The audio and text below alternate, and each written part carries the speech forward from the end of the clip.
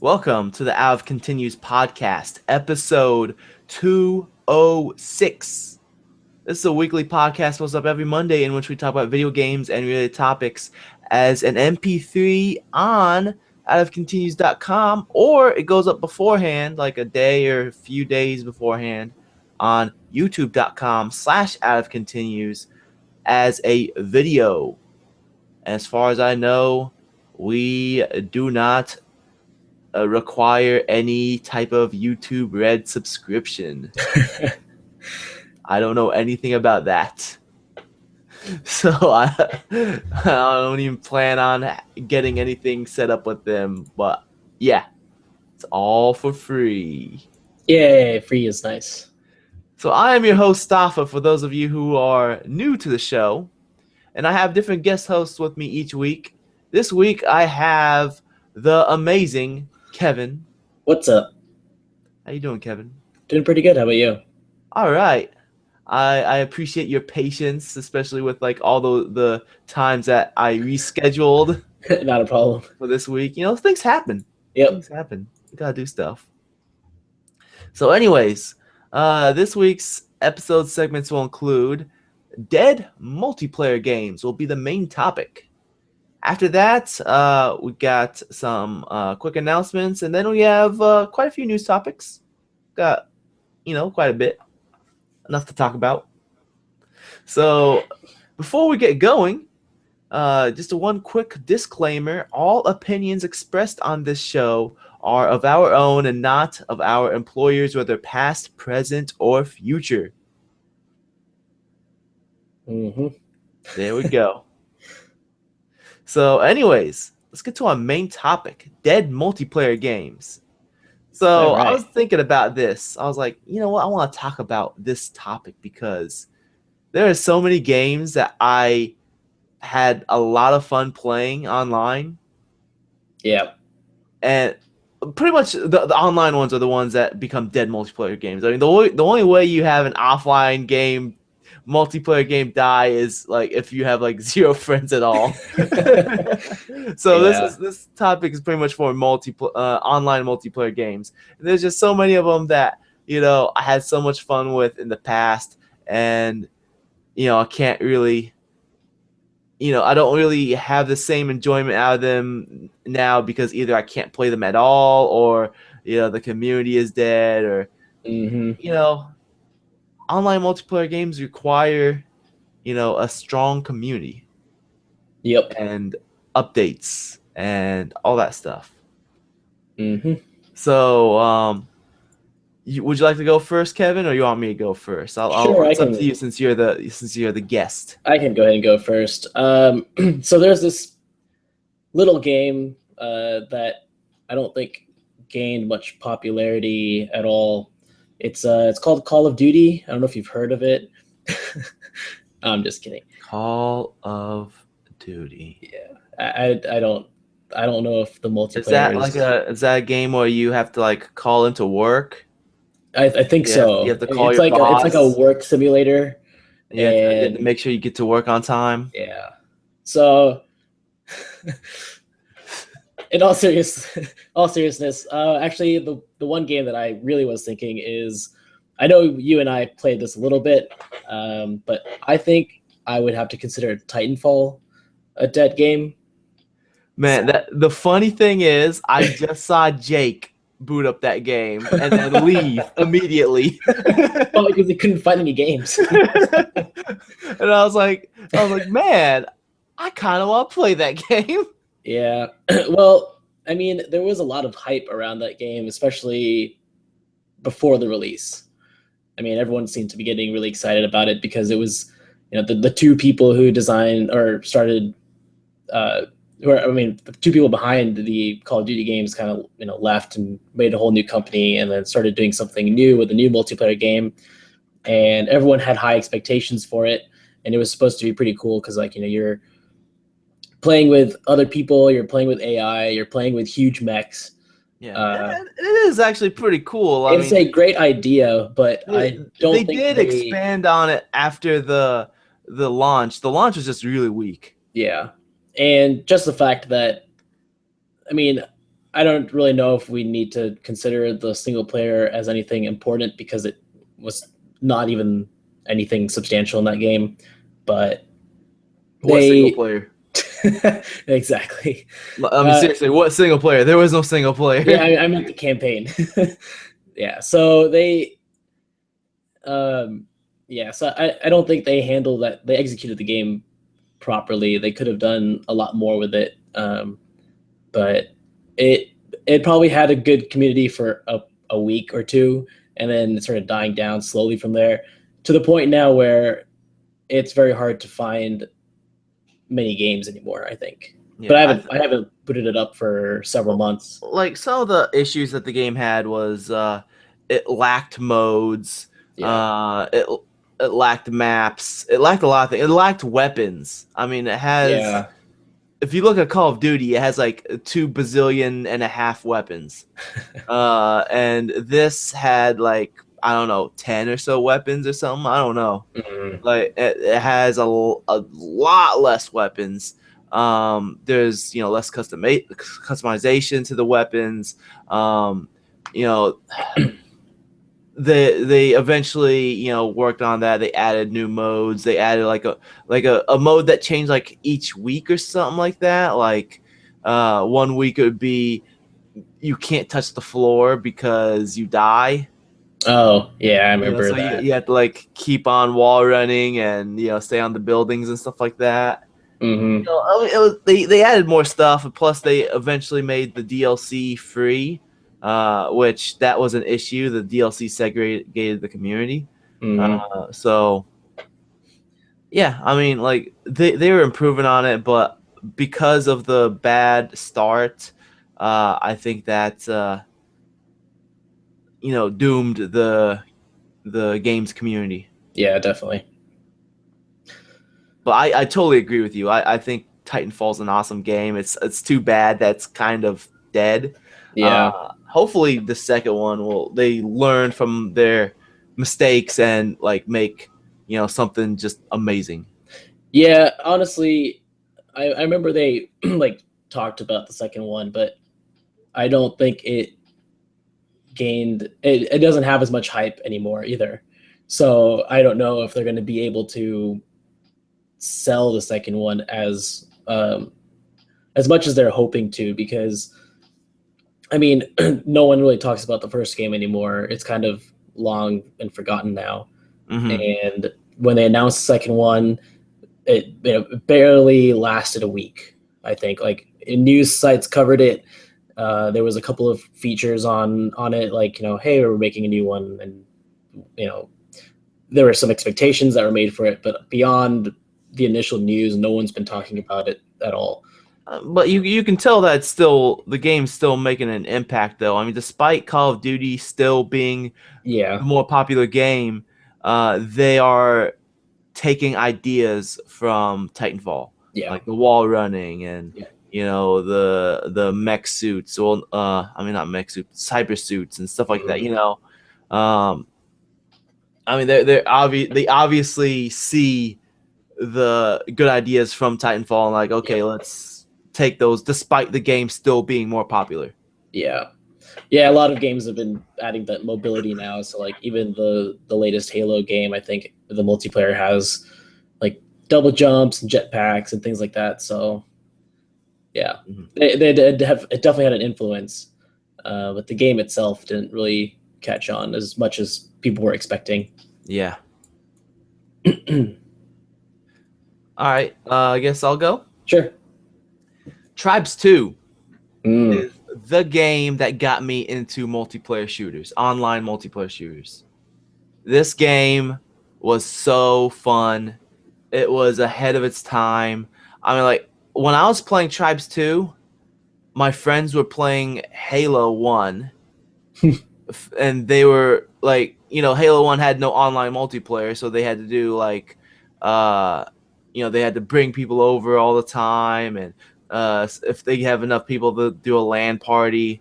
But like I was hearing my friends talk about Halo, I was like, man, that sounds pretty cool. And I played it, and I was like, well, this looks better than Tribes 2. Like, graphically, it looked better, but Hmm.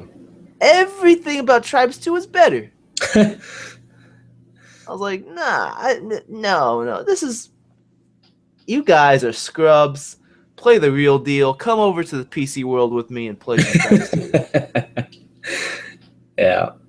You know, like the Tribes 2 was so okay, like one big thing that Halo had that was, you know, so amazing, other than the controls being great, was that it had like some large maps and vehicles. Yeah.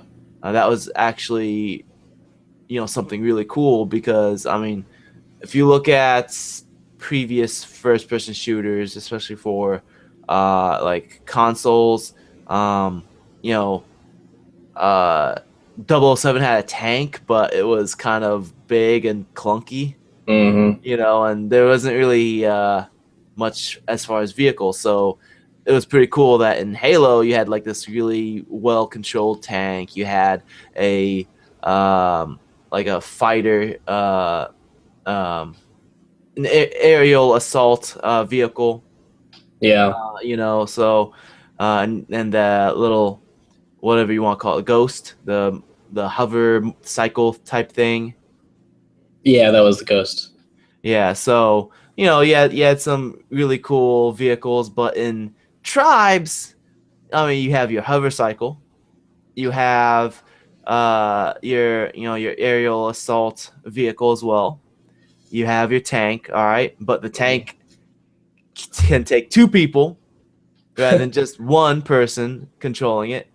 Um, you know, you had a bomber, you know, so you had like a ship that would take three people, that you know, one's piloting, one's bombing, and the other one can like sit in the back and use their like missile launcher and stuff like that. You know, there's just a lot more vehicles, and like there's a lot more utility. There's a base building aspect where each team has their own base and a flag. It was a capture the flag game.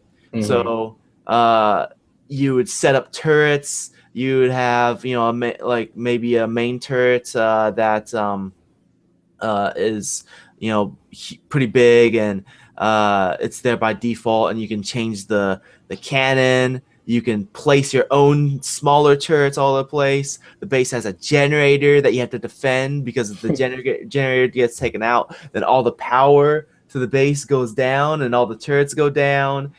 You have like these inventory stations that you go to refill your inventory. Like there's just so much to Tribes. It was a very complex game. Like it was more than just a first person shooter. It was like a first person strategy game. Yeah. It was amazing. I had a lot of fun. When you have a team, a solid team that works together, and you're all, you know, using what were we using back then? Like Ventrilo, I think that was what we were using. Um, that was before Mumble. Mumble wasn't a thing yet. Yeah. So we were using Ventrilo, and you know, we get on there, talk to each other, and you know, work as a team. It was such an awesome experience, and the game is just, it's. I think there's still some people playing on one server somewhere, but I mean, for the most part, the game's pretty much dead. Yeah. Yeah. I never actually played too much Tribes 2. I played it a little bit. Unfortunately, the majority of my exposure to the Tribes series was Tribes Ascend. Ascend. Oh Yeah. no. Yeah. Unfortunately. Um, I mean, it was I had so fun. much high hopes for Tribes Ascend. I know it was fun until, like, people started just paying to unlock everything and then making the game unfair.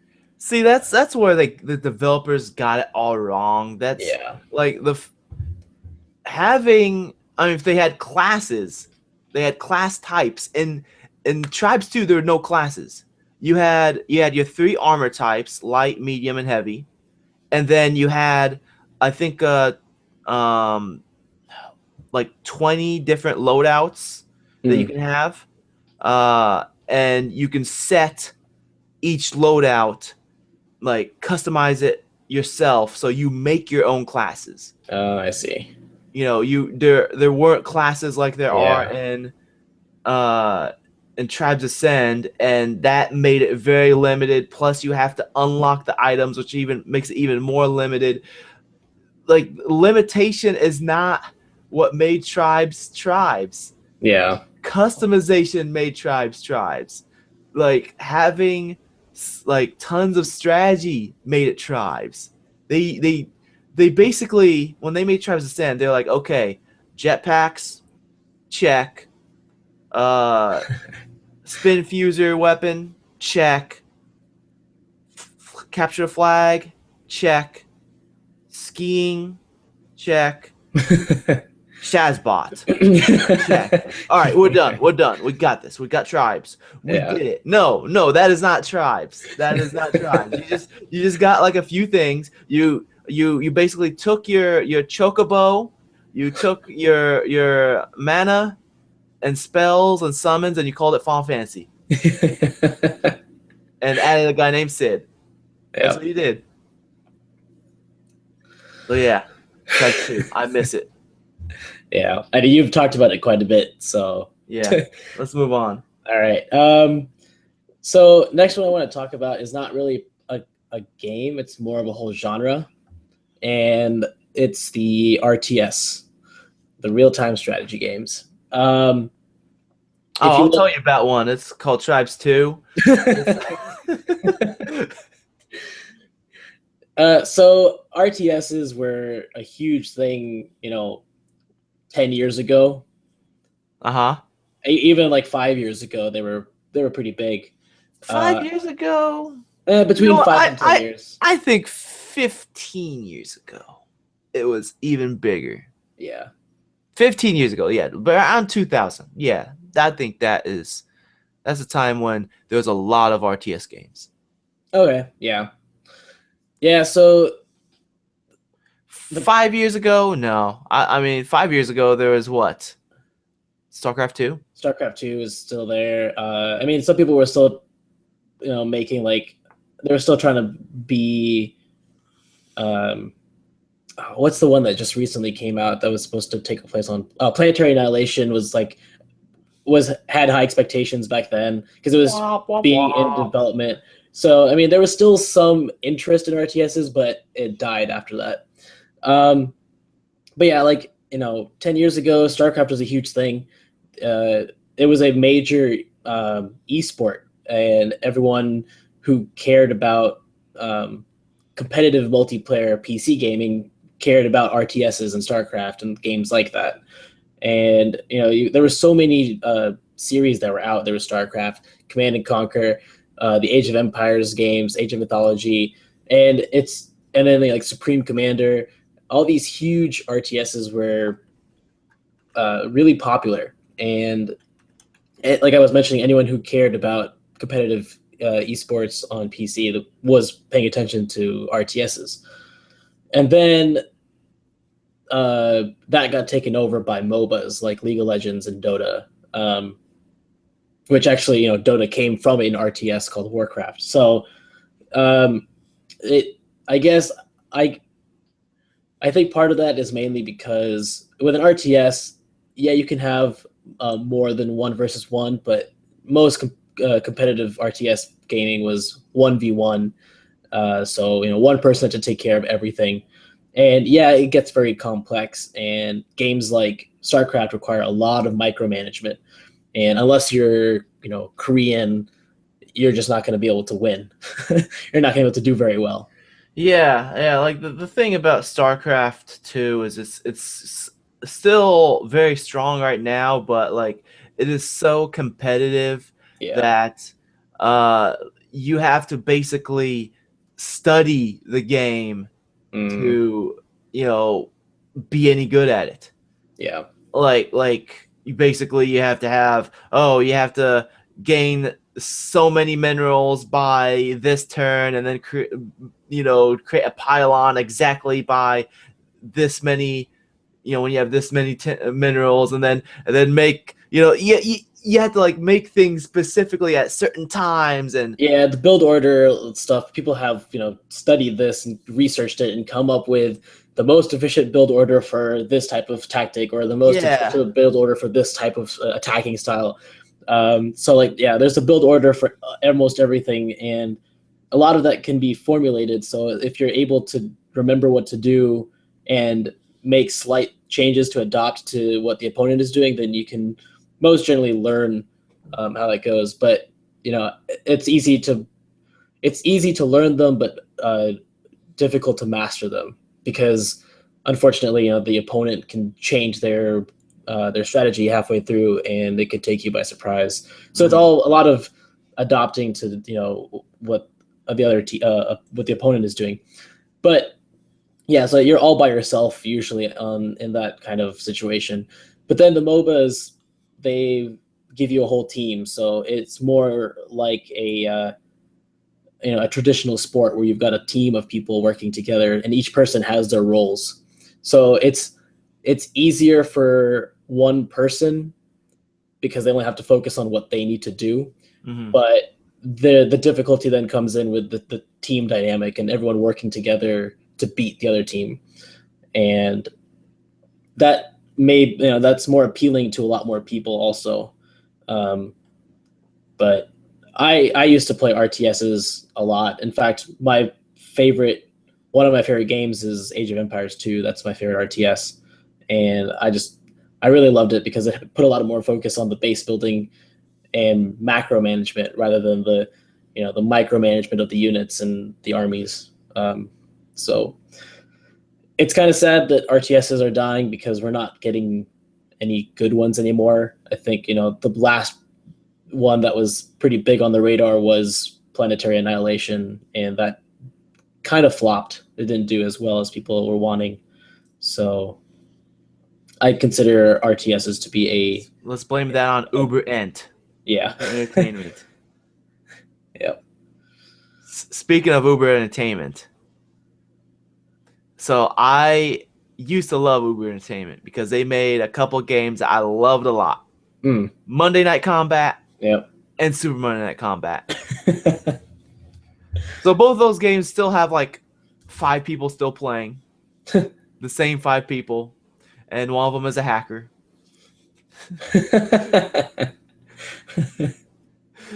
But like I played those games so much, and it's like they abandoned both those games too.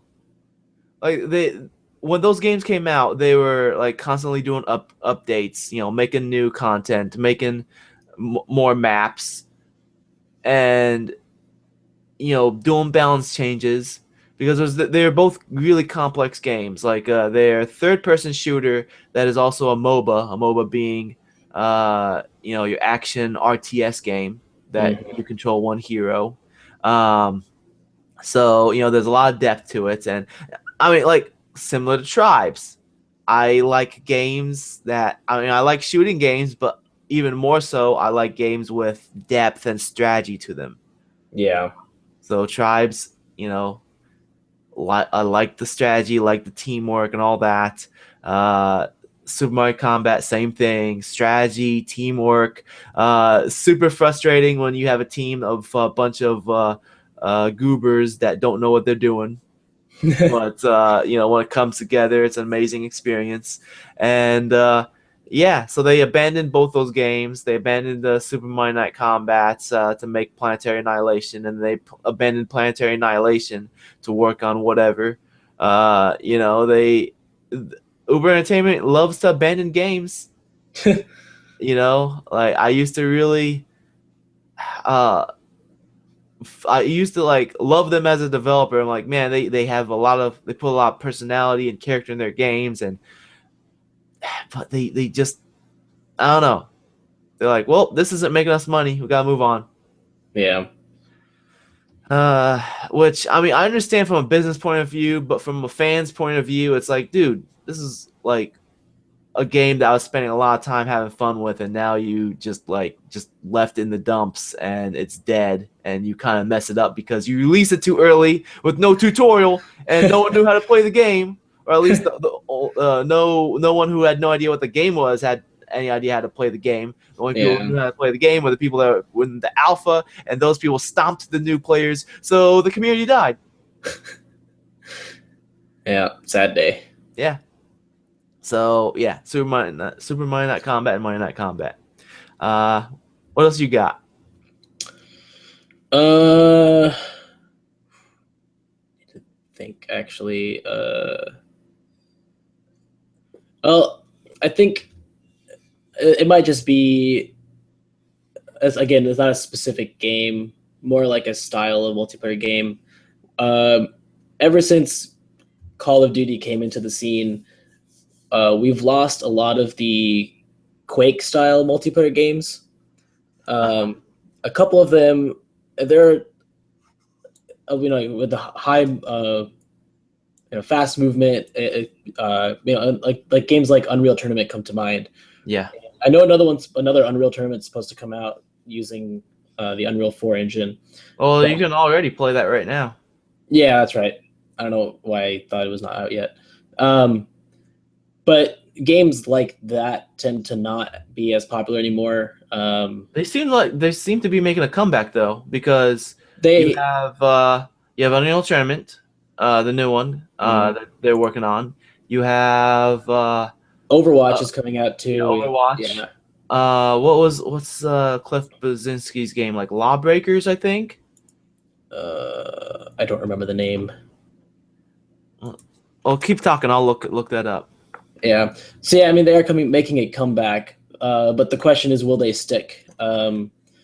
They went away for a while, mainly because everyone wanted to have a Call of Duty clone. So games, modern military with more focus on, or I guess less focus on the movement and more focus on, I guess I don't really know other than just combat. Okay, I just looked it up. It's it was originally called Blue Streak, and they renamed it Lawbreakers. Blazinski's new game. Okay. Yeah. So I mean, there are quite a few of those there are a few coming out that are coming out. The question is, like, will they be enough to revitalize that style of multiplayer game, of that kind of shooter? Because I mean, yeah, Unreal Tournament is out, and I guess part of the reason why I didn't realize that was because no one's really. It doesn't seem like a lot of people have been talking about it or playing it. I think it's still in beta. I think, or is it out completely? Hold on, let me. I don't remember.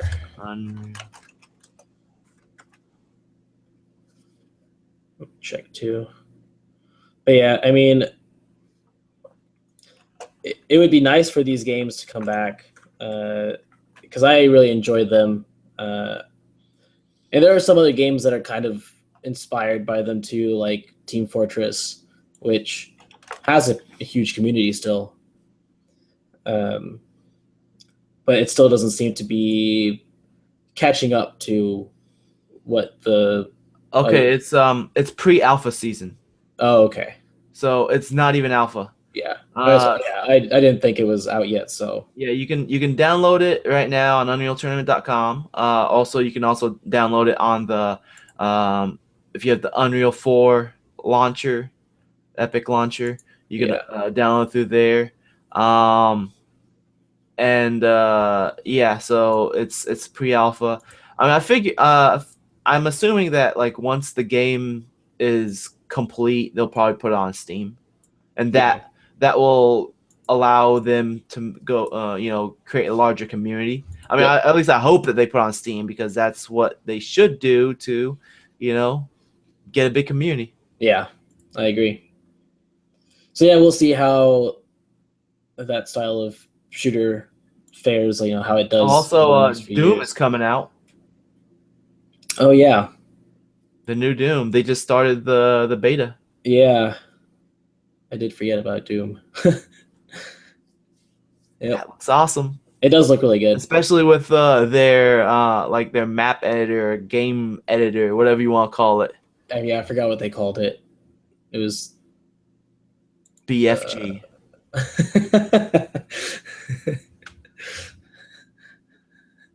It's my best friend's gun. Yep, exactly. Um.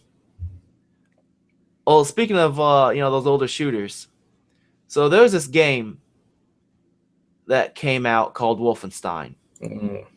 and then in 2001 they Wolfenstein 3D came out, and they had Spear of Destiny. 2001 they made a sequel called Return to Castle Wolfenstein. It was actually really cool. Yep.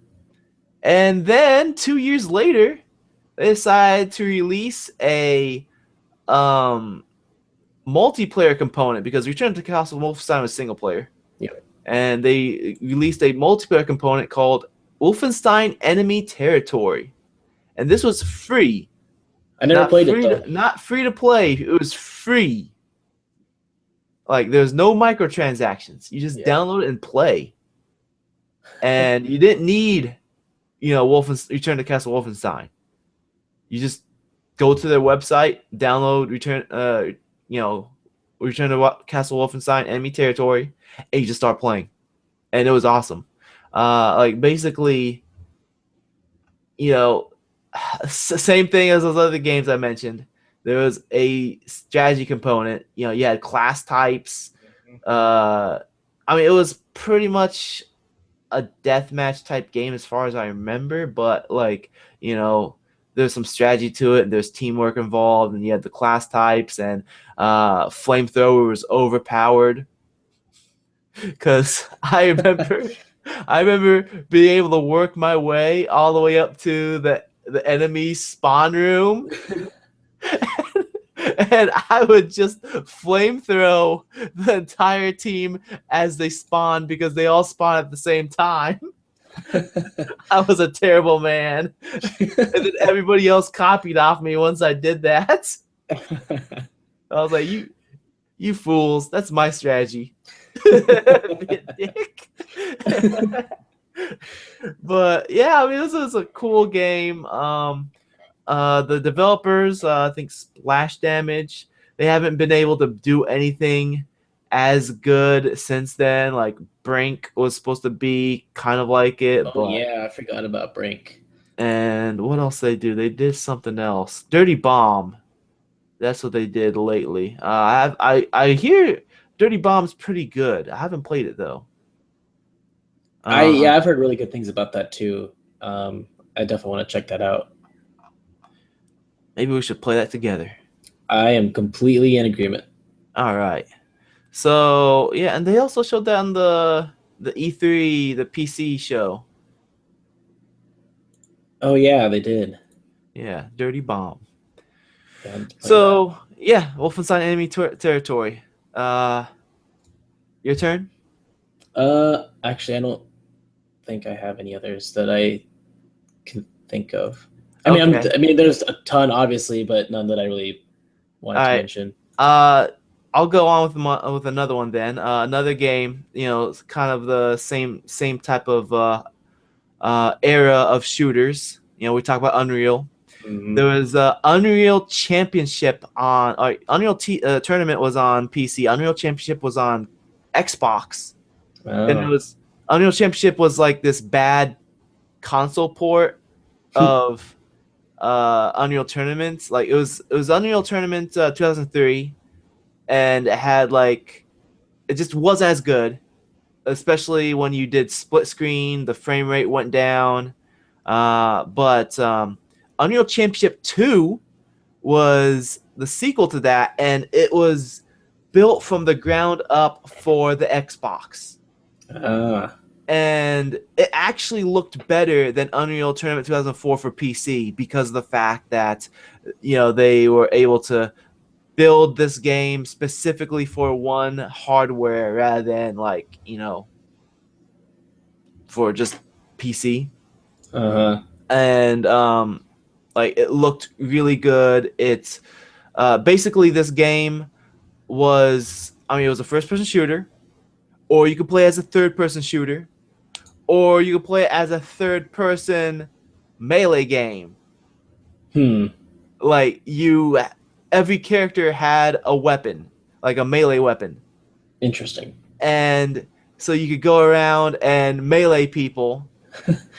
and like it had a lock-on system as well because of the fact that it had a melee had melee weapons, and it was a console game, Yeah. so you're able to lock on to one enemy and kind of like keep your focus on them, and like with your melee weapons you're able to do like these charge attacks, like charge across the kind of like fly forward a little bit, Yeah. so you can go, jump over gaps. In fact, I was able to do. I like to play with modifiers on to have like quad jump on, and when you quad jump and then you have that dash, you're basically flying all over the place. It was just so much fun. Um, and they teamed up with Midway. You know, Midway was a thing back then. Mhm. They teamed up with Midway to make this game because this was Epic's like first real console game. Well, they made Unreal Tournament and that flopped. Sorry, Unreal Championship, and that Yeah. flopped. So they're like, okay, let's team up with someone that knows console so we can make this better. So they team up with Midway. Midway helped them with it, and they put Raiden in the game. Nice. And like it kind of had like some fighting game aspects to it because there was a character select screen. Oh. There, you can choose different characters. Each character had there was like 3 different build types. You know, small, medium, big. Bigger guys had more health, but were slower. You know, small people faster and less health. Yeah. You know, Raiden was a medium guy, I believe, and he had his staff. Or and also there was fatalities as well. You can stun Oh, people. wow. You can stun people with your melee weapon, and then it would have like this like a quick time event. It would show up like right next to the character, and if you do it fast enough, you had to be incredibly fast to do it because it would go away really quick. If you're fast enough, you do a fatality. Well, I think it was called like a coup de grace or something like that, but it was a fatality pretty much. And the story mode, the campaign mode, is actually pretty good. You played as Anubis, and like you know, the Unreal Tournament world has some Egyptian characters as well, apparently. Yeah. And you know, Anubis had his own story, and you know, basically it was like him and his ex-wife. His ex-wife was the boss of the game, pretty much. And like it kind of added more story to the Unreal Tournament world. I mean, they also had I think Malcolm's the guy's name. He was also in the game. You know, the black guy with the sunglasses. Oh, yeah. And he was the green. Yeah. Yeah, he's pretty much the staple guy for Unreal Tournament. Malcolm. Mm-hmm. He was also in the game too, but he was not a major character. He was kind of just there, and for the most part, he was a commentator because Malcolm was older. You know, he's aged. He's not the same Malcolm from the first tournament, Unreal Tournament. So it was really cool that they you know, expanded the lore of Unreal Tournament, and it was actually pretty fun campaign mode, and yeah.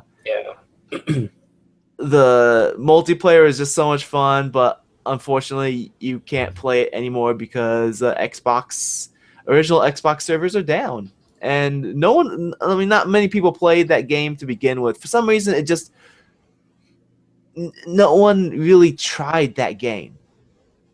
I don't know why.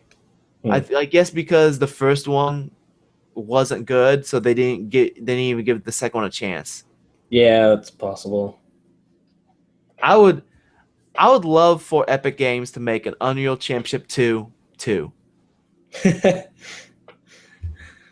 Now we're just starting to get into like Final Fantasy numbering systems here. I mean, really, I would be so hyped if they did that. I mean, it does look like the new Unreal Tournament, they're taking some ideas from it, or kind of, because like I see wall running and stuff like that. which there wasn't wall running in Unreal Championship 2. There was wall jumping. Oh, okay. Because the whole third person aspect and the mobility. But yeah. Did you think of anything else? Not really, actually, because I mean, I could talk about older games, but the thing is that they're kind of dead because they're old and consoles or their servers are down or something like that. So I don't think so. None that you want to mention? Well, I mean, I honestly never played very many multiplayer games back then. I guess, I mean, I did play quite a bit of Halo, and in some ways, I guess the Master Chief Collection has revitalized the old games, like their multiplayer aspects, because you can experience those same levels and maps and things again. I mean, like so Halo 2 being the first Halo to have online. Yeah. You could play those on Master Chief Collection. From what I understand, they fixed that game by now. I think so. They should have. Yeah. They're releasing Halo 5 now, so if they haven't fixed it by now, then there's some issues. Yeah, I haven't actually heard anything recent about whether all the multiplayer stuff was fixed. But I still want to get the Master Chief Collection just because of being able to play the original Halo games again. Okay. I got one more game. Mm-hmm. This is not a shooter.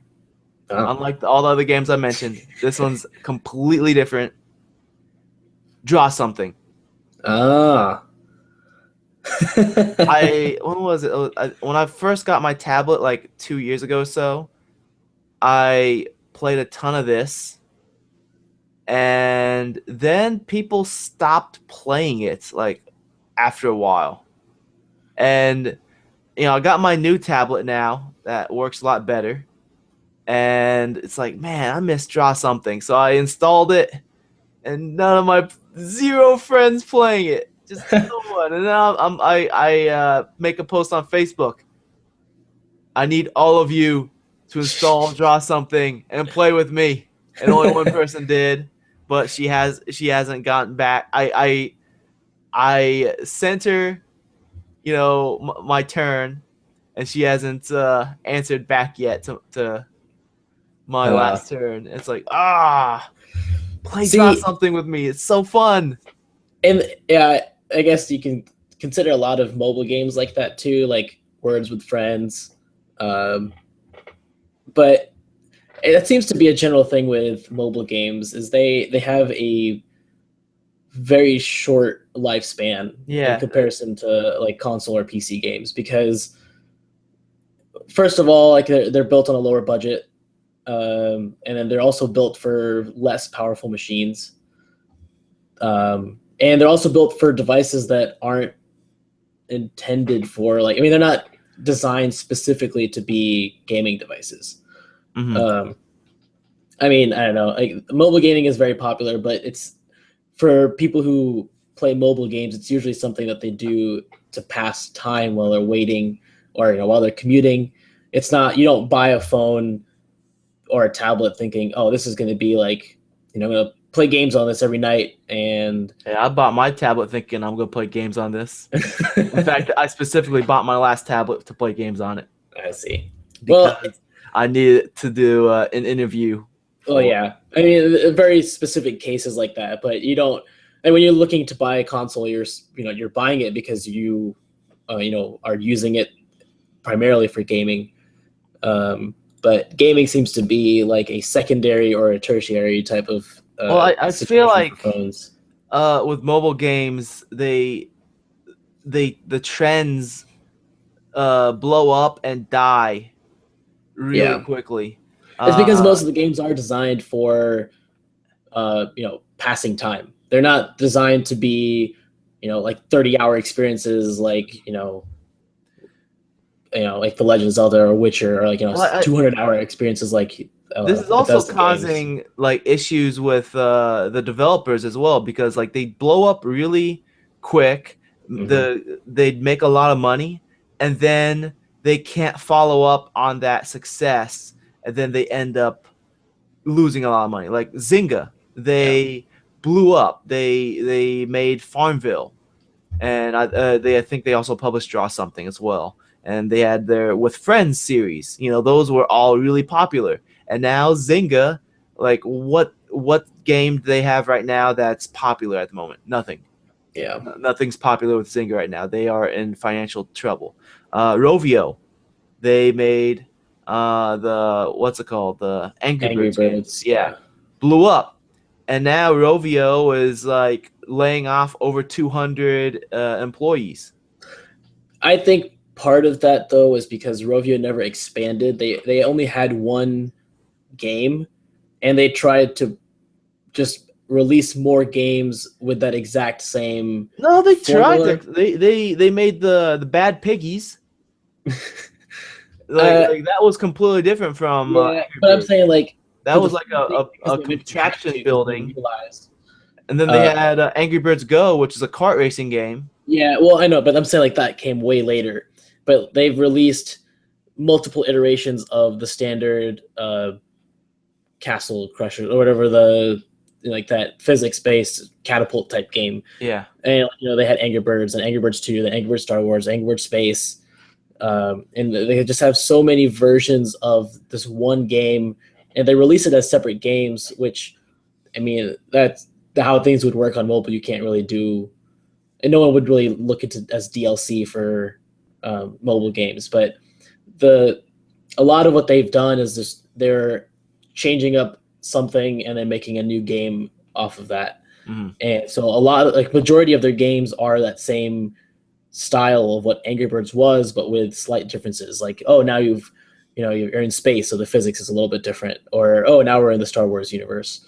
So I think King will probably start having financial trouble since they aren't doing anything other than and same for them. Candy Crush.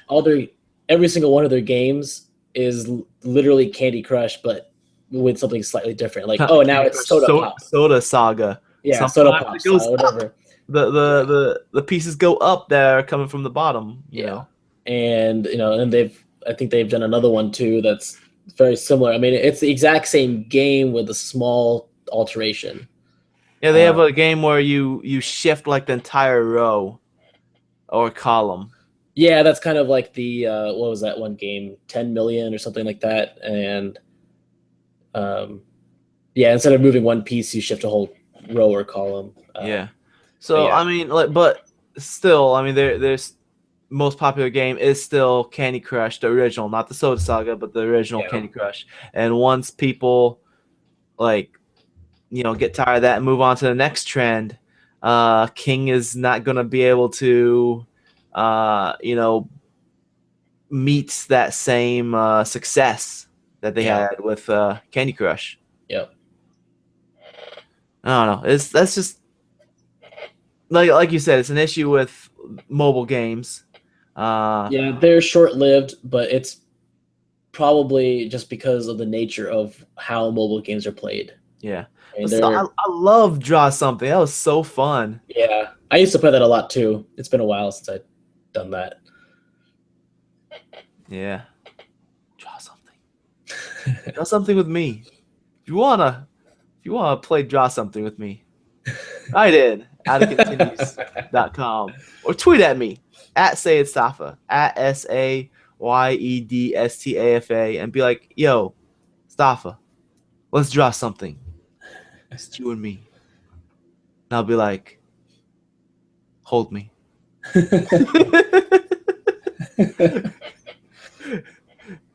All right. That's all I have. Anything else you got? Nope, don't think so. All right. So where is my outline? It is over here. There it is. Hello outline. All right. So other than playing games or thinking about games that have died and that I want to play, you know what else I've been doing? I've been updating my website. Ah, very nice. Yeah, it's completely redone. not outofcontinues.com, but my personal portfolio, stafaalhassani.com, and completely redone. And did you get a look at it? Yep, I did look at it. Looks How do you pretty think? good. Looks good, yeah. And this also looks good on mobile device too, It does. because I use WordPress. And you know how you can do stuff like that? I don't know. How do you do that? I've been trying to So figure that out, actually. I basically I went to DreamHost and I signed up for them because they offered unlimited storage, unlimited bandwidth, user-friendly interface, and they also let me install let me install WordPress on there. One Oh, click, very easy, nice. and installed. It was like, here's a list of stuff you can install. I clicked on WordPress, and it was like, give us about 10 minutes. And then they sent me an email saying WordPress is now installed. Click on this link and get to work. So I Nice. did that. And all that and many more features just for $8.95 US. But if you use the promo code out of continues, it will waive away the setup fee. That's one word, no spaces, out of continues. It'll waive away the setup fee and get you a free domain registration. Ooh. Yeah. That's like free money. Yeah. So check that out or check out my website. Give me a job. I need to get hired.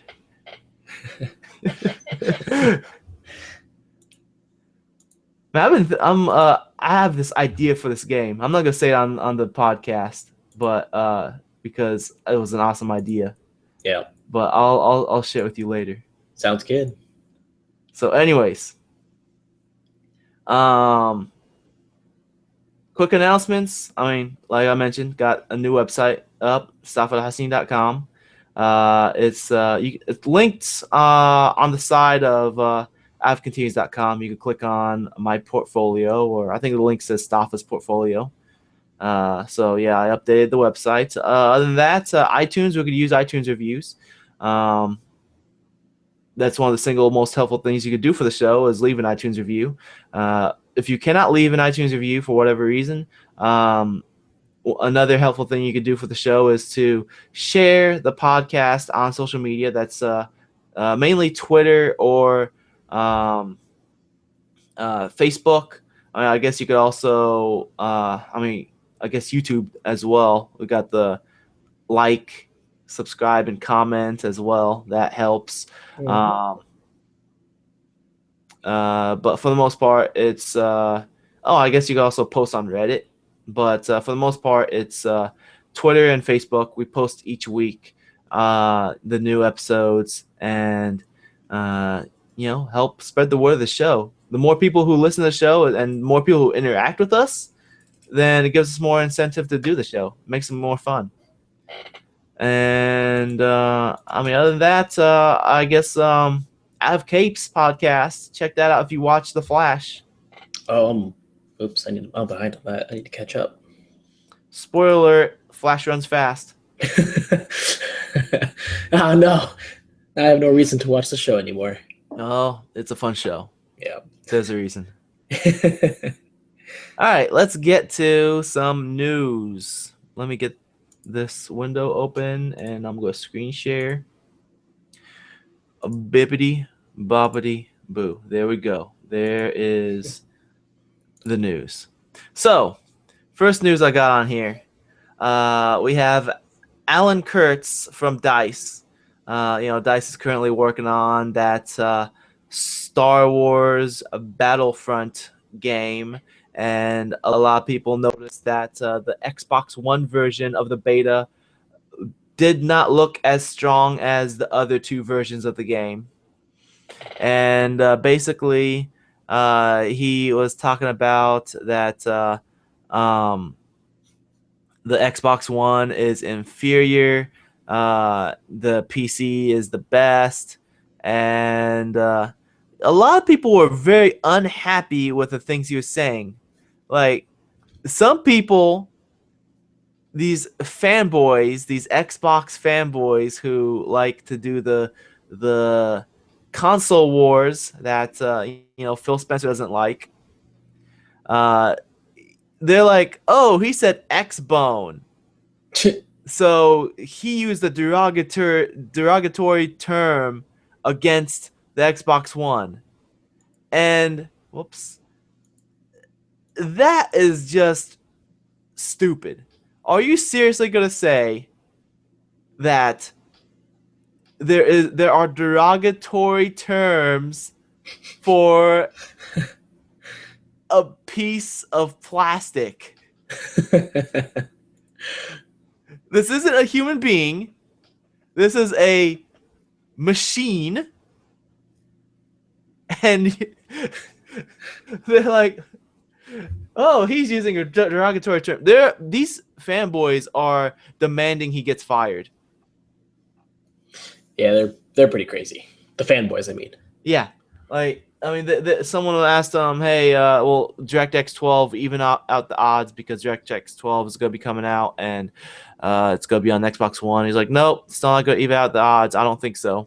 They're like, oh, he said X-Bone. This guy is using derogatory terms.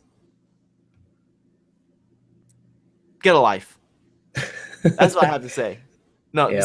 Seriously. If you are like, if he hurts your feelings because he says X-Bone, or if he says the Xbox One is the weakest of the platforms between PC, PS4 and Xbox One, if your feelings are hurt because of that,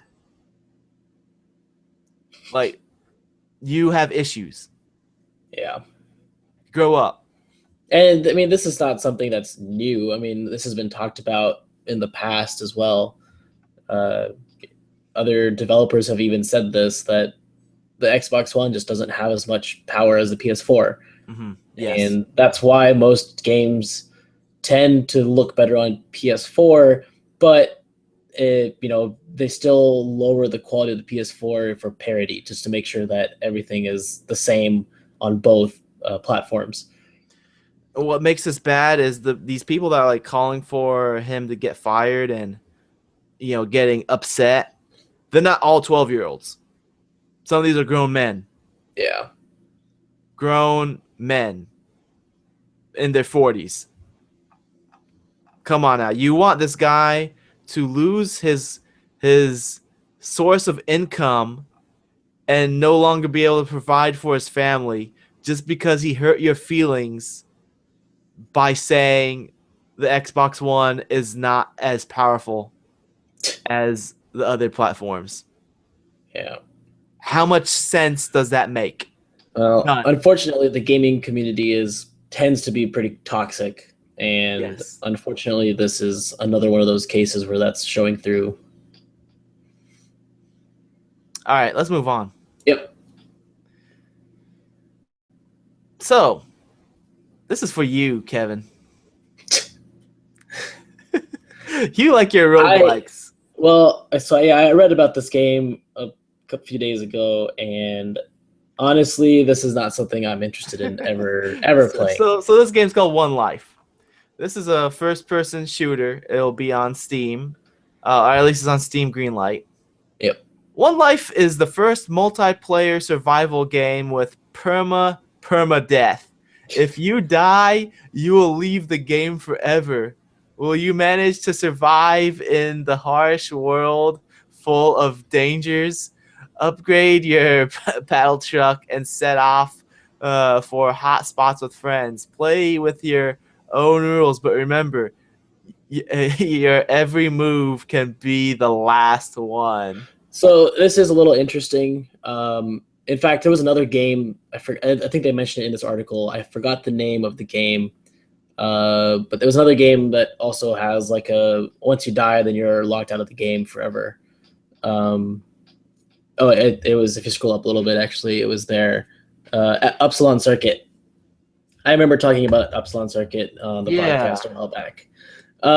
So this game has a similar idea where you die and you can't play the game ever anymore. However, in the article, they kind of mentioned that it's not as simple as just like, like a regular FPS where you get shot, you die, and then that's it. Like, because that happened way too quickly.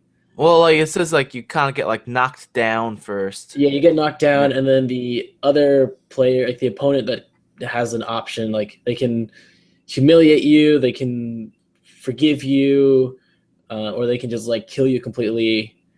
But there are ways that your life can be extended, although I have a feeling that not very many enemies are going to be forgiving, and they're just going to like knock you down and then kill you. So, Man, speaking of multiplayer games that are dead, this one's definitely going to have a dead multiplayer community, because if you got people who can, first of all, the appeal for this game is not that broad. yeah. There's a small niche, very small niche of people who want this type of game. And if they can no longer play the game, if they gotta like make a new Steam account to play this game, after they die, the community is gonna die off. Yeah. And they kind of mention in the article also that they recommend like you only play it with some friends and not, with random people, because with friends you can at least always forgive each other. So it just ends up being a tedious regular shooter. So I don't know. Yeah, I don't have any interest in this game whatsoever. Like, I read the article. Why and I was not? like, Losing is fun. it's fun when you still get to actually play again and have a way to learn from that loss. Like a roguelike is supposed to be. I would not consider this to be a roguelike, because the only thing that What are you talking about? This has permadeath. yeah, but see, a roguelike goes beyond just the permadeath, and like once you die you have to start over. There's a lot that can be done as far as like another big aspect of roguelikes is the random generation, because of replay value. And that's the one thing is I think the most important aspect of a roguelike is that it has replay value. And that's more important than the fact that it's permanent death. Although that is okay, so I would say the replay value is the second most important aspect of a roguelike, with the first being permanent death. But this game literally has no replay value. Once you die, you cannot touch the game again. So that, in my opinion, Steam account. That's too much work. I'm not going to create, that many emails just so I can create a new account on Steam and go through the tedium of logging out, logging back in, relaunch the game. Yeah, it's not worth it. So I do not consider this to be a roguelike, because there is no replay value in this game. That's funny. All right, let's move on. Yep. All right, so this is kind of like two articles in one. Hideo Kojima has officially left Konami. Hideo Kojima, the creator of Metal Gear Solid, the famed creator who loves to troll you with his craziness, has left. Whoa, wait, update.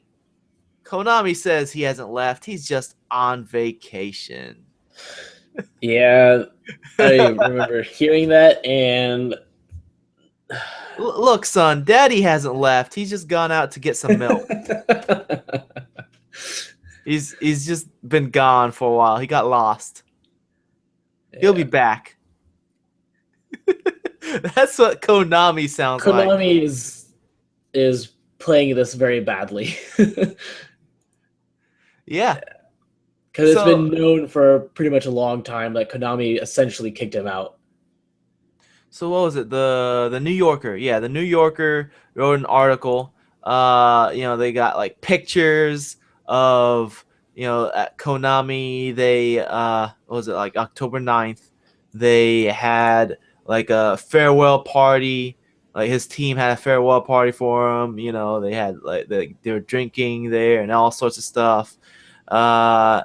And Konami is like, no, he didn't leave. He didn't leave. He's just on vacation. And New Yorker's like, we have pictures. You guys, well, not. I don't think Konami themselves to the party, but like his coworkers to the party for him. Yeah. You know. So yeah, and apparently, when is it? He has a non-compete clause that expires in December, so can't really start working anywhere right away, Yeah. or at least officially, until December. So this is where I'm going to announce my new Kickstarter. Out of Continues is now starting a Kickstarter. We're raising funds to hire a man named Hideo Kojima. We think that he is qualified enough to lead the game design division of Out of Continues. Yep. So let's start this with a bang. Get the get the Kickstarter going, and we can hopefully let's get him on the team. Yeah. Let's do Sounds this. good. Let's do this. You ready to rock and roll? I mean, part of me is like, yeah, but the other part of me is like, I don't know how confusing this, will get. Oh, we're going to get as confusing as possible. Yeah. The more confusing, the better. In fact, will he even be hired? Or is he going to be hired and on vacation and not hired? Yeah. Like, it's how confusing do we want to get it? We can get the meta confused. All right, let's move on. Yep. So Nintendo opened submissions for a new developer program. Basically, this new developer program, they're calling it NDI, Nintendo Dev Interface. Basically, developers sign up for this, and they set them up with a the optimal development environment on your development system. And it seems like this is more for indie developers, because they talk about where is it? Here it is. So help create and publish Nintendo games and applications using HTML5, Unity, or native Wii U and 3DS SDKs, software development kits. So, considering that's HTML and Unity, Yeah, this is definitely more for indies, the indie developers. There's no Unreal Engine 4 or CryEngine or any of that. So what do you think? I think this is a good move on Nintendo's part. If they can, because like their biggest struggle is not having games, not having good development partnerships. So if they can make a good incentive for indie developers, that should really help them in the long run. I mean, indie development is huge on PC and the current consoles, and even it's the entire mobile industry too, essentially. So if Nintendo can get a good grasp on that same level of development partnership with indie developers and start pumping out more and better games, and it will only help them. So this is definitely a good step in the right direction from Nintendo. Yeah, I mean, like, they definitely need to do more with the indies, get them in, but like I don't think they're gonna have any like exclusive indie titles. I mean, look at what's it called, Stealth Inc. 2, which was exclusive on the Wii U for, I don't know, like a year or half a year or something like that, and then it went on everything else.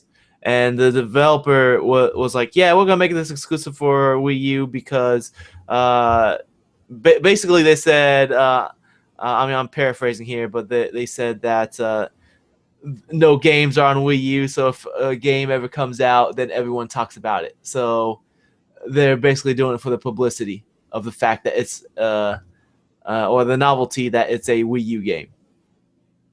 Yeah. And then they're like, okay. And then I knew that they were going to eventually go multi-platform because it's like there's no way they are going to be able to make this um, profitable. Yeah. So I don't know. But speaking of Nintendo news, Nintendo NX, the code name for the next Nintendo platform. So basically, dev kits have been reports say that kits have been going out to third-party developers, and it's possibly going to be coming out next year, 2016.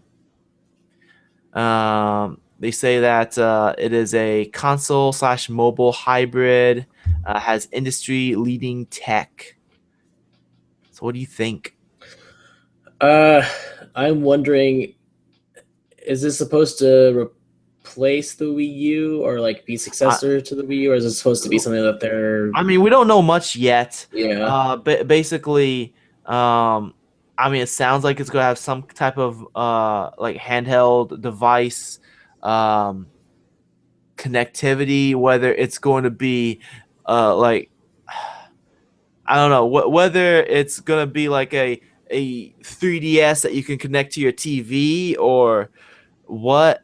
I don't know. Like, but they're saying that it's gonna be really powerful and industry leading tech. Yeah, and it seems like they're really trying. So with the Wii U, you know how you can, not use your TV and use the gamepad as your screen, and they talked a lot about that during um, the launch of the console and the announcement, and saying like, this is pretty much brings consoles and handhelds to closer together. So I'm wondering if they're expanding upon that idea, where the controller has a screen. Maybe I don't really know how they're going to, like, what design this is going to have, but I have a feeling that this is expanding on that design of the Wii U. Uh-huh. Yeah. I mean, like one thing that when they said that, hey, Zelda's not going to be at E3 this year, and we'll talk about more of that next year. I assumed that they're going to pull a Twilight Princess. That Twilight Princess was originally supposed to be on GameCube and GameCube only, but then they pushed it just so that it would come out on both Yeah, GameCube and the Wii. So I was like, okay, this new Zelda game, I think it's gonna be on their new technology, and it's. I feel like this is sounding more like it. That's gonna be true, considering that, um, you know, there is a strong possibility that Nintendo's new console will be coming out next year. yeah, So, I mean, if it does come out next year, then they're going to need some type of launch titles. Zelda, that's a launch title. yep, yeah. I am really interested in playing that open world Zelda game. So if it if the NX is a decent console and the open world Zelda game comes out on it, I that might be something I'd consider buying. I really hope that the new console, the NX, will be backwards compatible. Yes, I agree, because there are. Because yeah, there are like a handful of games that I think are still that sound like they're still worth checking out. Like Splatoon sounds like it's pretty fun, and you got the Yeah. Mario Maker game that just came out, and like you just got a handful of games that seem like they're worth checking out. But with them pretty much confirming that the Wii U is dead, uh, it's like, okay, are they abandoning these games for good, or are they gonna be playable on the next platform? Yeah. Yeah, I would also hope that it's backwards compatible, because yeah, they're like those games that you mentioned. I'd definitely like to play them, and um, I don't really want to buy a Wii U just for those games. Yeah, So I agree with you. yeah, So, speaking of Zelda, the producer says that as far as open world, the open world aspect goes, there's going to be a twist. Where they let's see. Okay, here it is. Okay, so he says we actually had some feedback from Skyward Sword where people were saying this is not exactly the Zelda game I was looking for. I was looking for a bigger open world.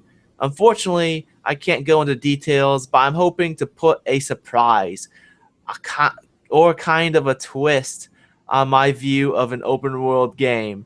I hope that you'll look forward to it. And That's a little vague. yeah, I mean, it's supposed to be a surprise, so I'm not surprised that it's not detailed or very clear what he's talking about. But what the heck can you twist with open world? I mean, yeah, open exactly world what I was is trying to basically think. like, okay, here's your world, have fun at it. Yeah. What's the twist? What like how can you add a twist to that? I mean, first of all, have they made? I can't think of a Nintendo game that has an open world. 3D Nintendo game that has an actual open world. So, like, first of all, get open world. You gotta like master open world before you try to like experiment with it. Yeah. You gotta master the concept first before you start trying to innovate the concept. So I think the twist is that they're gonna actually do a regular open world. The twist will be that it's actually all one cohesive world rather than like a Bethesda game where everything is connected and you can go anywhere at any time. With a twist. Yeah, I don't know what. Yeah, we'll have to figure it out, I guess. I mean, the twist is that they got M. Night Shyamalan to play as Link. Twist is, oh, what if this? Twist is now every character is actually voiced. I don't think that has anything to do with with open world. It's Nintendo, you never know. While I'll talk about Zelda games, the director of Final Fantasy 15, he says he would like to make a Zelda game. This is not him confirming that he's working on a Zelda game, nor is he saying anything else. He's just saying that it would be cool to work on a Zelda game, and he thinks that using the technology for Final Fantasy 15 and the know-how, it would be pretty cool to translate that over to Zelda. Man, I wish I could get an article because I have a lot of ideas that I think would be cool. Hey, GameSpot, can you interview me? I have like this idea that I just wanted to say would be cool. You can write an article about me. Who are you? Huh? Who are you? I'm Kevin. Okay, Kevin, why should we put you on GameSpot? Because I have this really cool idea that I think it'd be really fun. Yeah. Hey! Did you make Final Fantasy 15? No, I did not. All right, get out of here. Yeah.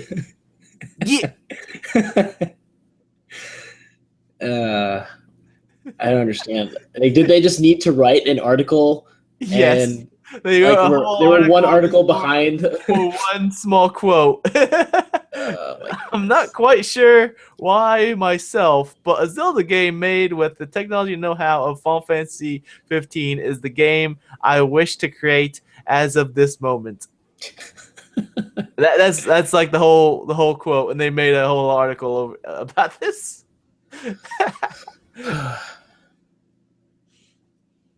Well, I've been saying for a very long time, actually, that a Zelda game that used the same level of technology like a Bethesda open world game would be cool. And lo and behold, one is being made right now. So I should have been quoted like 5 years ago.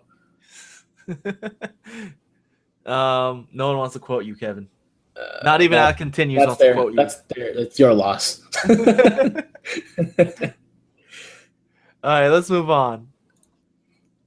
So Uncharted 4, end of an era. So the director of Naughty Dog says that this is gonna be the last Uncharted game. This is gonna be the last of Nathan Drake. The Nathan Drake collection is no longer complete because it does not have the last of the Nathan Drake. See, that's one thing that really bothers me about these collections is they'll release a collection in the middle of the series and then they make another game or two more games and then they have to re-release the collection, like the Master Chief collection for Halo. It's a great idea because they put together all the games that had not only just been like updated but remastered completely. Hey, we're talking about Uncharted 4 here. I'm just saying we're not here to talk about it. I just named. Uh-oh. Did we lose Staffa?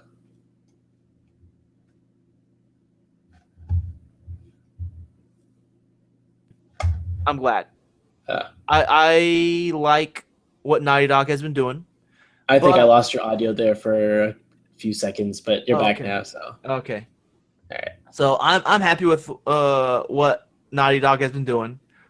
The Uncharted series has been great. Yeah. Last of Us was amazing, and I would prefer for them to just move on and make new stuff. I mean, I know they were working on Last of Us 2, which is not exactly what I wanted, but yeah, sure, that's gonna be fine. I'm pretty sure it's gonna be great. I'd prefer for them to make something new though, but yeah, I'm fine with them no longer making any more Uncharted games after this one. If this one ends on a high note and it's a great game, just like the other ones, then I'd be happy with that. I'd be happy with this being the last of Nathan Drake. Mm-hmm. If he dies at the end of the game, well, first of all, that'd be a really dark turn. But yeah, I mean, yeah, I'd be fine with that. I'd definitely look forward to whatever new stuff Naughty Dog will be making after that. Yeah, I think it's good when developers are content with what they have and don't feel the need to continue milking their series. Mm-hmm. So this is good that they're willing to do this. Like, we're done with Uncharted. We're going to try something new now after this. So, yeah. Uncharted 4 is one of the reasons I want to get a PS4. Yeah, it was the reason. It was one of the reasons that made me get the PS4 that I have. No, you got it for the racing games. Drive Club was another one.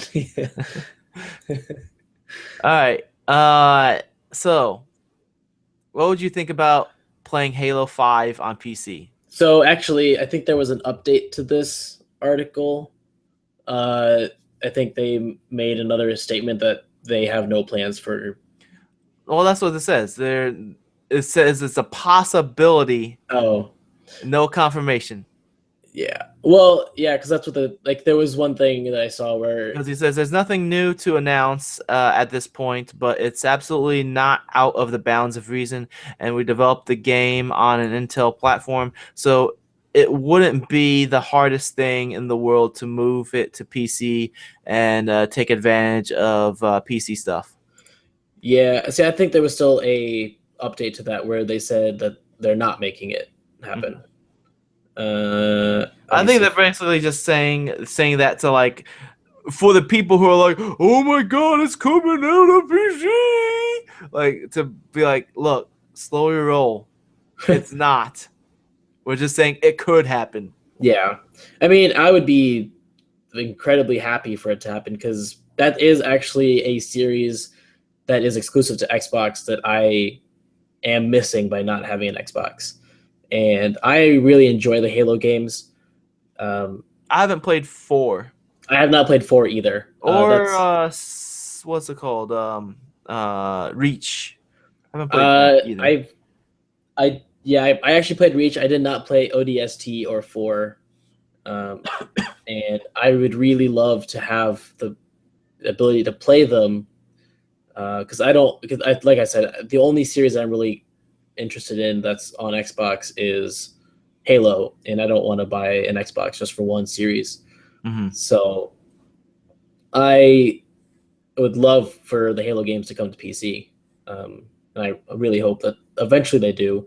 I mean, I'm patient. I can wait, but I would just, if it can happen, I'd be happy. All right. Yeah, I mean, I'm same with you. I mean, like I, I'm not a big Halo fan. I don't like flip out over a new Halo game. Uh, but I've had enjoyment out of the Halo games. I wouldn't mind playing, more. Yeah. The last one I played was I haven't played ODST either. So the last one I played was 3. I haven't played ODST, haven't played Reach, haven't played 4. So that's 3 games I haven't even played.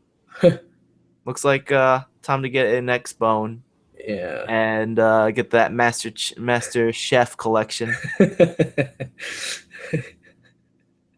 So let's move on. This last article here. This isn't really video game related, but it's funny. And oh, okay, this is a hoax. Okay, I was gonna say. So they updated this. I was gonna say I wasn't sure if this was real or not because they even linked to another site, Newswatch 33. Yeah. So I was like, I'm not sure. Is this real or not? And it looks like they've updated this and it says it's a hoax. But so, anyways, what this article is for the listeners out there who don't see the screen, basically the article was saying that a man killed himself because one of the main characters of the new Star Wars movie is black. And I was like, no way, this can't be real. But it isn't real. It's funny though. Yeah. So basically, like this they're saying in the article, this person killed himself and wrote a suicide note saying, if white people aren't wanted in Star Wars, then our money must not be either. I'm tired of seeing N-words taking over great white films. I cannot live in a world being overrun by blacks. Sorry, Sarah. It's like I was like, oh my god, this is terrible but hilarious. But it's not true. It's obviously a hoax. I should have looked at this before having it on the podcast. The article didn't load up Oh before I yeah. started recording. So, but I just thought it was funny, and but there are people who are boycotting. I know there's a boycott going on. Yeah, it's really dumb. It is. And I mean, like, have you not seen the first 3 Star Wars movies? The main antagonist is voiced by someone named Mr. James Earl Jones. And he is kind of a black person. Yeah. Kind of. Kind of. Yeah. Just half of him is left side. Man. Yeah, I don't understand why people are against this. It's so much. I mean, it's so dumb. Like, George Lucas's wife is black. He's the creator of Star Wars. Is she? Yeah. So. George Lucas has a turkey neck. I know, that was insightful commentary. It adds so much value to this topic. Well, yeah, I thought that was funny though. I mean, if a man were to have killed himself over this, it would be pretty ridiculous. Yeah. Pretty ridiculous. Yep. All right. Well, let's stop the screen share. Whoop, there we go. Hello, I'm here. Let's see how far we at. We're about an hour and a half in. All right, let's wrap this up. So anyways, we got how much listener feedback we got this week? We have 0. How come? Kevin, why do we not have any listener feedback this week? I don't know. Some listeners are just not Listeners, Participating. participate. Participate. That's an order. That is a demand. Go watch the new Star Wars movie. Yeah. I didn't even watch any of the trailers. Oh, you should watch at least the trailer that just came out a couple days, like last week. I'm not a big Star Wars fan. What? Sad Nah. day.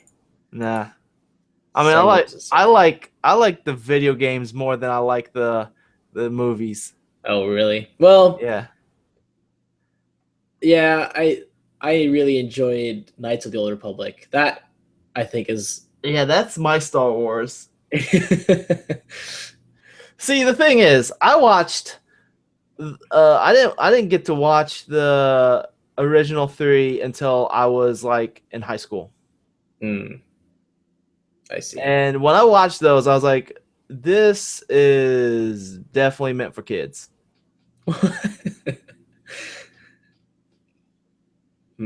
So I don't know. Like, I guess maybe it was because, you know, I was a teenager and Maybe. you know, or young adult, and I wasn't into that kind of stuff, but I must have watched that at the wrong time of my life, and I was like, no, I don't really, nah.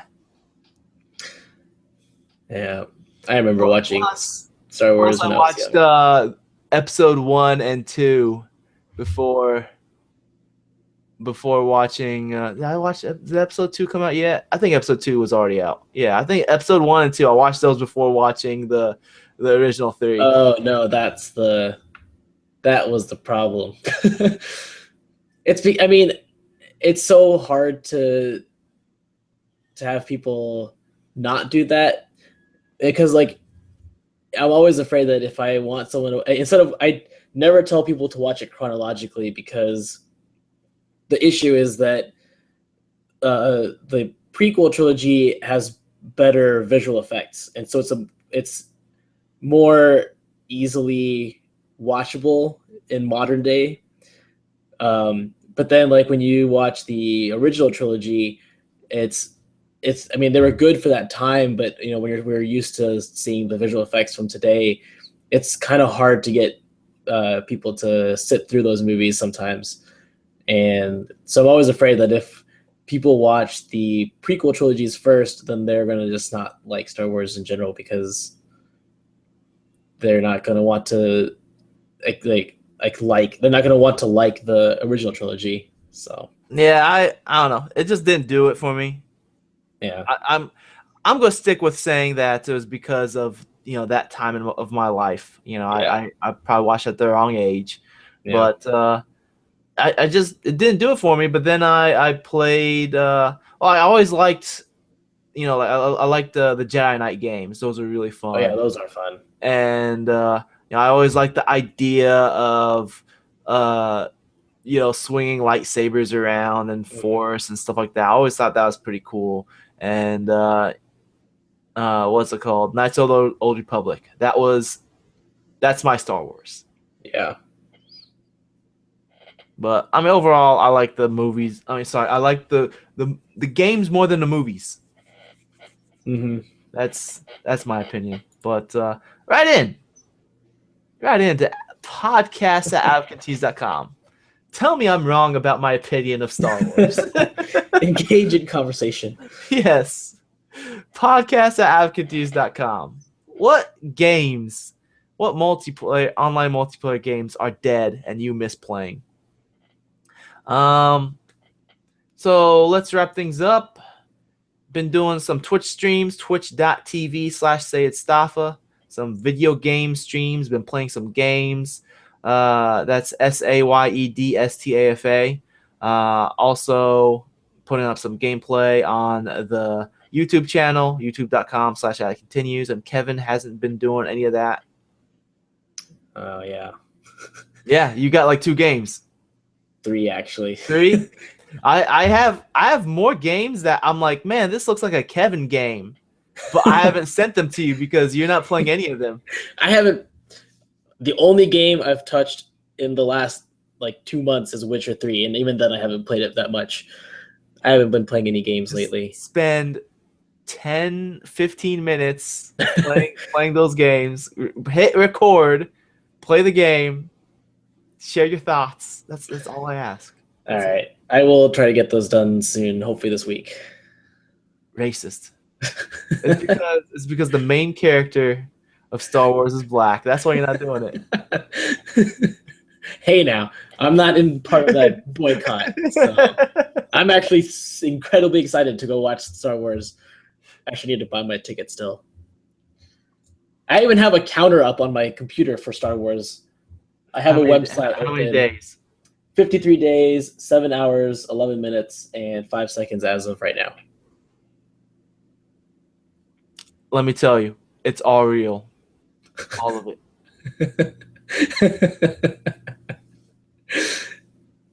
You know, the best part of that the new movie, what's it, New Hope, or what's it called? No, it's not New Hope. The new one. The latest one, yeah. The one that's supposed to come out. Yeah. Force Awakens. Force Awakens. Okay. Force Awakens. When what's that guy's name with the mask and the hood? The new guy. Something Ren, I think. Ren. Okay, so when Ren, he's gonna be holding Darth Vader's helmet. He pulls down the hood and takes his mask off, and he's gonna be like, "Misa gonna get revenge for you, Annie." I saw that tweet or something earlier. Oh man, Misa back. Yeah, I think I saw that. Was that on Reddit or Twitter somewhere? I don't remember where I saw that. I just saw on Facebook. Yeah, I saw that too.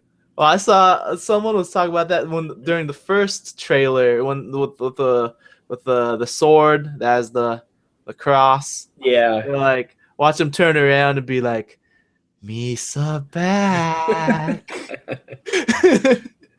Yeah, actually, one thing that really was you haven't seen the trailer, so I won't say anything. Never mind.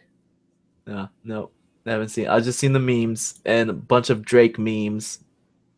Well, at least watch the trailer. It's like 40 seconds. It's good. It's a good trailer. I'll tell you how it goes. It starts off duh, duh, duh, duh, duh, duh, and then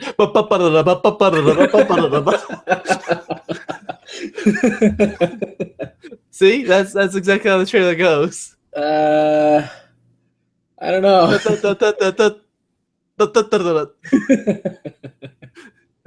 just to watch it. It's really good. That's the trailer. I'm gonna be watching it again right after we're done recording because I'm excited. So it's gonna go and it's gonna have like the Millennium Falcon spinning around, and then some big explosion. That's how the trailer goes, and then Harrison Ford comes out.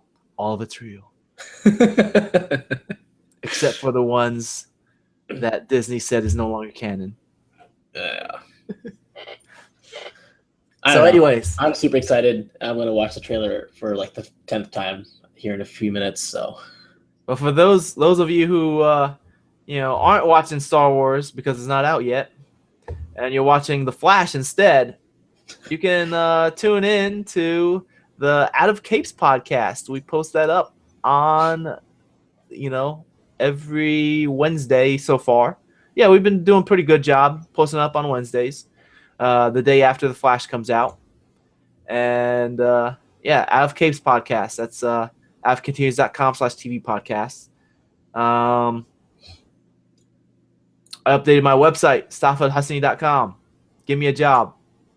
I will work hard and make amazing things, whether it's content or levels or I can do stuff.